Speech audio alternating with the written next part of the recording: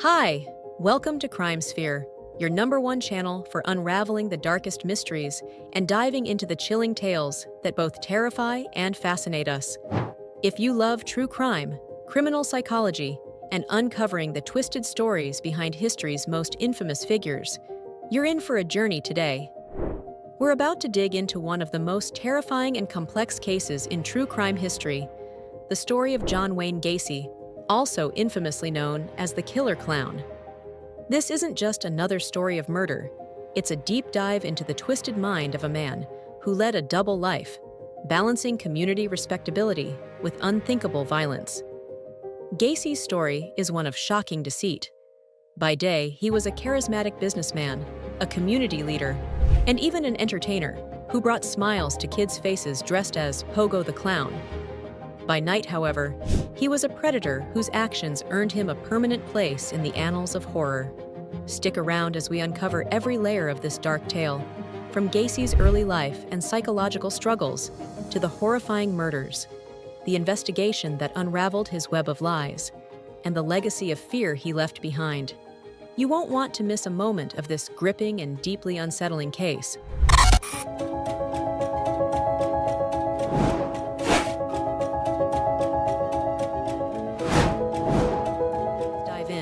John Wayne Gacy, a sadistic serial killer that fooled even his closest friends and neighbors. This is a hard-driving, very hard-working individual, a pillar of society with a shocking secret. He would become one of the most prolific serial killers in American history. But was John Wayne Gacy a product of his upbringing, or was he born to kill? John Wayne Gacy was born in Chicago in 1942, the only son of Marion and John Gacy. Senior John Gacy was a son of a blue-collar worker, a mother who was a pharmacist. His biological father drank alcohol but continued to work. He was considered a functioning alcoholic. He was physically abused by his father, and his father was often not available or was intoxicated.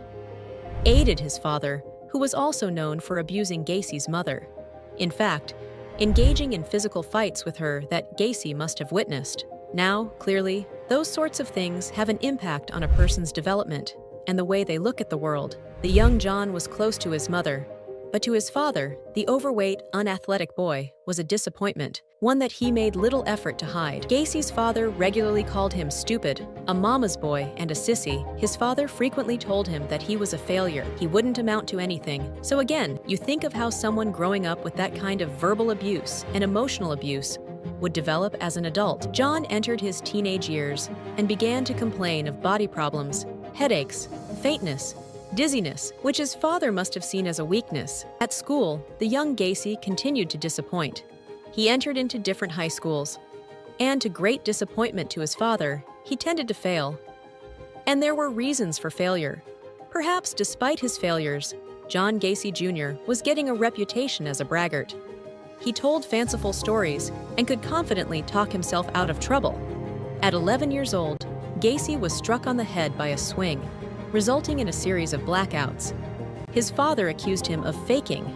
At age 16, he began taking medication for a heart ailment. Gacy was seen as weaker than other teenagers aged 20 and without qualifications. Gacy left Chicago and struck out on his own. He traveled to Las Vegas, where he found a job cleaning up in a mortuary. The work was low-paid and menial. Gacy often worked alone, with only dead bodies for company. John Wayne Gacy's new life in Las Vegas didn't last long. After only 3 months, he used what little money he'd saved to return to Chicago. There, he enrolled in a business college, and for the first time, Gacy began to flourish. He'd always had the gift of the gab, and he soon discovered a flair for salesmanship. Gacy suddenly realized that there was something that gave him esteem. It's something that made him stand up in the world where he could, as it were, stand shoulder to shoulder, and even beyond that, those individuals around him. By the age of just 21, Gacy's business talents had won him the position of manager at a shoe store. He realized that his abilities, his acting abilities, his charm and disarm abilities, that most kind of inherent psychopaths seem to have, this cold indifference actually works for you in when interactions. He then found his success, and he found his career success could even match the expectations of his father. In September 1964, Gacy met and married his co-worker, Marlene Myers. Marlon's father saw promise in his ambitious new son-in-law and appointed him the manager of his 3 fast food franchises in Iowa. John and Marlon began a new life in Waterloo. Together, they had 2 children. Gacy was now a family man, a rising star in the local business world, and a popular member of the community. On the surface was a storybook existence. Gacy was a role model. He was a role model of what a businessman should be. What John Wayne Gacy would become would shock his suburban neighbors to their core. After a childhood plagued by illness and failure, John Wayne Gacy now had a wife, 2 children, and was the successful manager of a chain of fast food outlets. The Gacys appeared the perfect nuclear family, but behind the respectable facade, John Wayne Gacy had begun to inhabit a world at odds with the straight-laced image of Midwestern suburbia. In 1967, Gacy lured 16-year-old John Tillery to his home. They watched pornographic movies, drank, and played pool. Then, without warning, Gacy forced Tillery onto a bed at knife point, handcuffed him, and started to choke him. But Tillery did report his ordeal, and other boys would follow. Gacy was arrested. The 26-year-old family man and bright light of the community was charged with sodomy and sentenced to 10 years in Anamosa. Fellow inmate Ray Cornell became Gacy's close friend, a convicted homosexual sex offender. Gacy should have been high on the prison hit list with the truth behind his crimes successfully hidden. Gacy showed the same ambitious streak as he had as a free man. Only this time, he was striving to be a pillar of a very different community. Richard Snavely was a prison counselor at the time. He came into contact with inmate Gacy. Between 1972 and 1978, John Wayne Gacy committed at least 33 murders, though the true number may never be known. His victims were young men and boys, many of whom were drifters, runaways, or otherwise vulnerable individuals who were unlikely to be missed. Gacy often lured them to his home under the pretense of offering them a job at his construction company, or simply by being charming and persuasive. Once inside his house, Gacy's victims faced unimaginable horrors. He had a signature routine he called the handcuff trick, in which he pretended to demonstrate a magic act, convincing his victims to allow themselves to be restrained. Once they were handcuffed, Gacy's true nature emerged.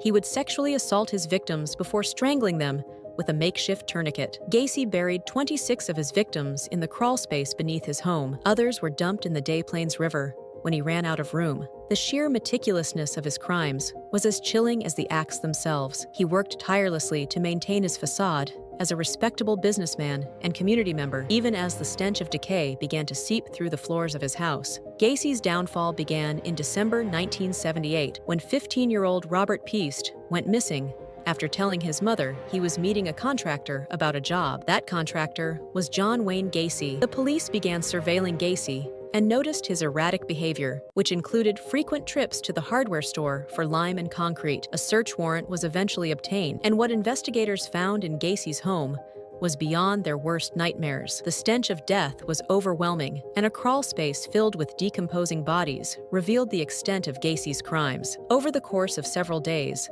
29 bodies were unearthed, with more discovered in the river. Gacy's ability to compartmentalize his life has fascinated psychologists for decades. On one hand, he was a charming and seemingly normal man who contributed to his community. On the other, he was a predator who derived pleasure from controlling and killing his victims. Many experts believe that Gacy's actions were rooted in his troubled childhood and unresolved trauma. His need for power and control likely stemmed from feelings of inadequacy instilled by his abusive father. Additionally, his crimes had a deeply ritualistic element, suggesting a need to assert dominance and erase the shame he associated with his own identity. Gacy's trial in 1980 was one of the most high-profile cases in American history. He attempted an insanity defense, but the jury rejected it, finding him guilty of 33 murders. He was sentenced to death. On May 10, 1994, after spending 14 years on death row, John Wayne Gacy was executed by lethal injection. His final words, "Kiss my ass," revealed his lack of remorse, even in his final moments. The story of John Wayne Gacy serves as a cautionary tale about the masks people wear. It's a chilling reminder that monsters don't always look like monsters. They can be your neighbor, your friend, or even the clown at your child's birthday party. If you found this deep dive into the dark and twisted world of John Wayne Gacy captivating, don't forget to hit that like button and subscribe to CrimeSphere for more stories that uncover the darkest corners of humanity. What are your thoughts on Gacy's case? Share them in the comments below. And don't forget to click the notification bell so you never miss an upload. Until next time, stay safe, stay vigilant, and remember, sometimes the most terrifying monsters are the ones hiding in plain sight.